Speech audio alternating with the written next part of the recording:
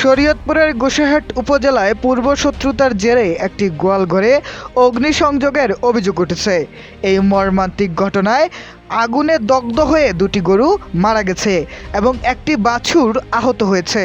শনিবার 20 ডিসেম্বর রাত আনুমানিক 11টার দিকে গোসাইহাট উপজেলার গোসাইহাট ইউনিয়নের 6 নং ওয়ার্ডের কাশীখণ্ড গ্রামে ঘটে এই ঘটনা। ভুক্তভোগী কৃষকের দাবি, এই অগ্নিকাণ্ডে তার প্রায় 2.5 লক্ষ টাকার ক্ষয়ক্ষতি হয়েছে।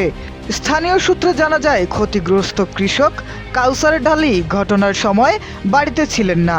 রাত 11টার দিকে হঠাৎ তার গোয়ালঘরে আগুন জ্বলে ওঠে এবং মুহূর্তের মধ্যেই তা ছড়িয়ে পড়ে।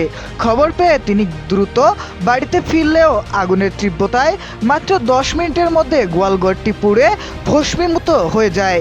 এতে ঘটনাস্থলেই দুটি গরু পুড়ে মারা যায় এবং একটি ছোট্ট বাছুর আগুনে ঝলসে আহত হয়। ভুক্তভোগী পরিবারের একজন অভিযোগ করে জানান, একই এলাকার জসিম ব্যাপারীর সঙ্গে দীর্ঘদিন ধরে সম্পত্তি নিয়ে বিরোধ চলছে। এছাড়া কিছুদিন আগে স্থানীয় মসজিদের ব্যাটারি চুরির ঘটনাকে কেন্দ্র করে তাদের মধ্যে বাকবিতণ্ডা হয়েছিল।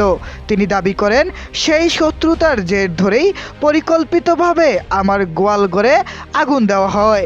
জসিম ব্যাপারীর ছেলে চঞ্চল এই অগ্নিসংযোগ ঘটিয়েছে। আমি বাড়ি ফিরে দেখি আমার সব শেষ। আমার দুটি গরু মারা গেছে, আরেকটি আহত হয়েছে। স্থানীয় বাসিন্দারা জানান, মসজিদের ব্যাটারি চুরির ঘটনায় জসিম ব্যাপারীর ছেলে চঞ্চলের বিরুদ্ধে অভিযোগ ছিল। এই নিয়ে দুই পক্ষের মধ্যে উত্তেজনা বিরাজ করছিল।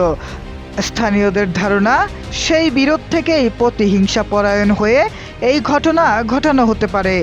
5 নং ওয়ার্ডের ইউপি সদস্য রতন ঢালি বলেন, এটি অত্যন্ত অমানবিক কাজ।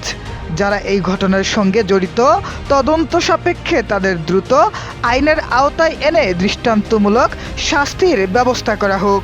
ভুক্তভোগী পরিবার ও এলাকাবাসী প্রশাসনের কাছে সুষ্ঠু তদন্ত ও ন্যায় বিচারের দাবি জানিয়েছেন।